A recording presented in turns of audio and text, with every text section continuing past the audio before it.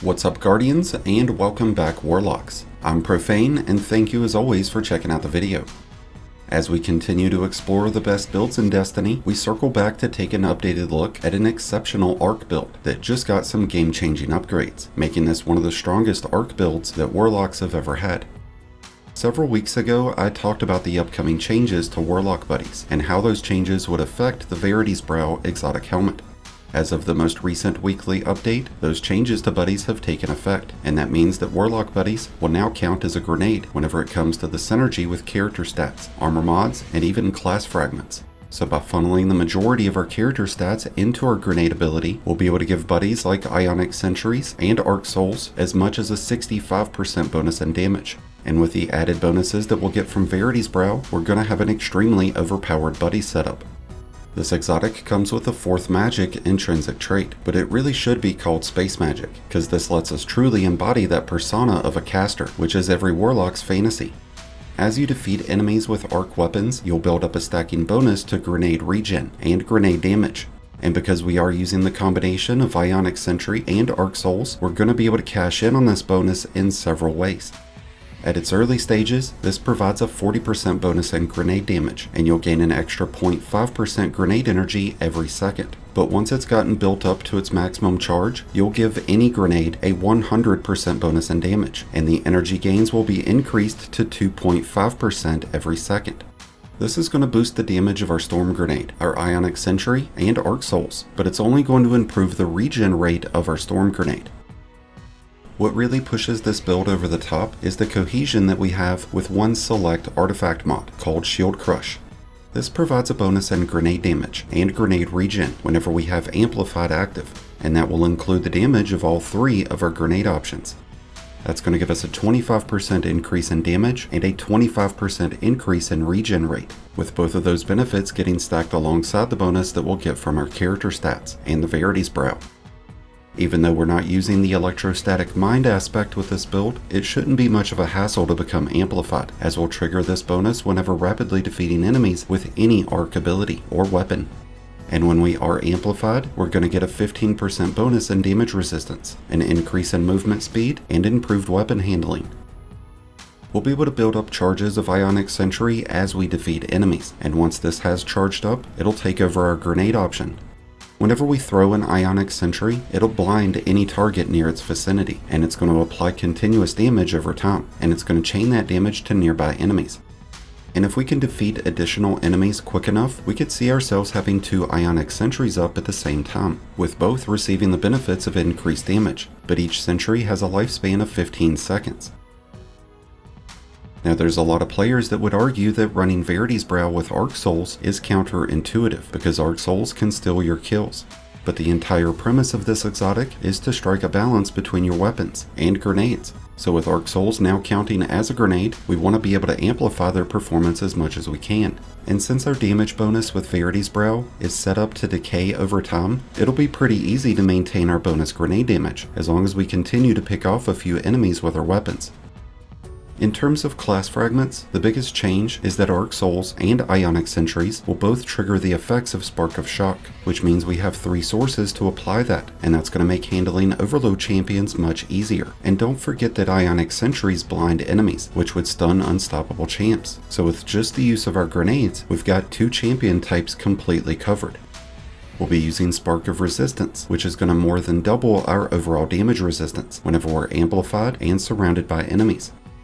Spark of Recharge provides us with another source of improved ability uptime, as we'll gain a 400% increase in grenade and melee regen whenever we become critically wounded. And that bonus will last until we have fully recharged our health bar, and there's no cooldown on its activation. And the final fragment that we're using is Spark of Discharge, which will create ionic traces whenever we defeat enemies with arc weapons. We could use Spark of Ions so that we would create those traces whenever defeating jolted enemies, but a secondary benefit of Discharge is that we'll gain stacks of bolt charges whenever collecting ionic traces, which is going to improve our overall damage and our ability to manage large groups of enemies. As far as what weapons you should be using, those that come with Volt Shot, Jolting Feedback, and even Rolling Storm would create a lot of elemental synergy with our build.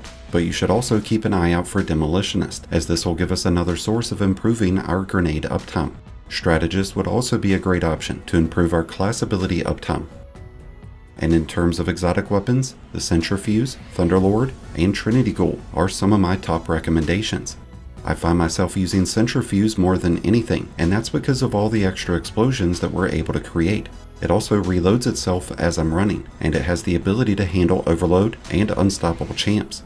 Utilizing bows like Trinity Ghoul or crossbows like the Opaque Hourglass create an opportunity for us to deal out a lot of extra damage, and that's thanks to the Argent Quiver artifact mod, which would provide heavy bows and crossbows with a 25% bonus in damage, with all other bows receiving a 35% bonus. But that would consume armor charges in the process, so depending on what armor mods you're using, this may or may not be a good idea.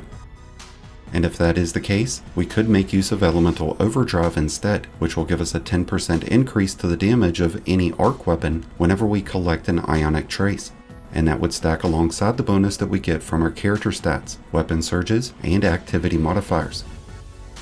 When it comes to character stats, there's two areas that we want to direct the majority of our attention to, and that's grenades and weapons. With a 100 grenade stat, we would gain a 190% bonus to any source of grenade regen, including perks like Demolitionist.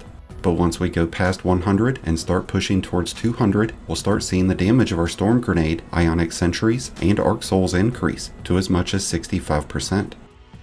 The higher our weapon stat, the more damage our weapons deal, which will make it much easier to build up stacks of death throws to give our grenades that bonus damage. This also improves our ammo creation, so if we want to utilize a lot of special and heavy weapons in our loadout, we're going to need to focus on this stat. The regeneration of our Arc Soul is determined by our class stat, so we'd love to put some attention into this, but we only need to get it to 100. And I wouldn't prioritize this stat, since we've got Ionic Traces providing us with large chunks of bonus class energy. And by using the Elemental Coalescence artifact mod, we'll increase the production of Ionic Traces even further, which will effectively increase the uptime of our Storm Grenade, our Rift, and our Powered Melee. As you farm out armor for this build, you want to keep an eye out for Grenadier and Specialist armor. I found that running a mix of Bushido with Smoke Jumper will be a great option when it comes to armor sets. Bushido will provide us with a bonus source of health whenever wearing 2 pieces, and all we need to do to trigger that is defeat an enemy with a freshly drawn weapon.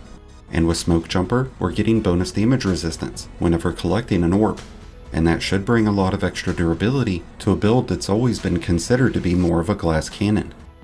As you put together the armor mods for this build, it's important to keep in mind that Ionic Sentries and Arc Souls will now work with Ashes to Assets and Firepower, so if you're not full up on font mods, you might want to consider utilizing those. We've seen a lot of strong buddy builds over the last week, but there's not many that are able to continuously dish out the amount of damage that a VERITYS Brow Stormcaller build can.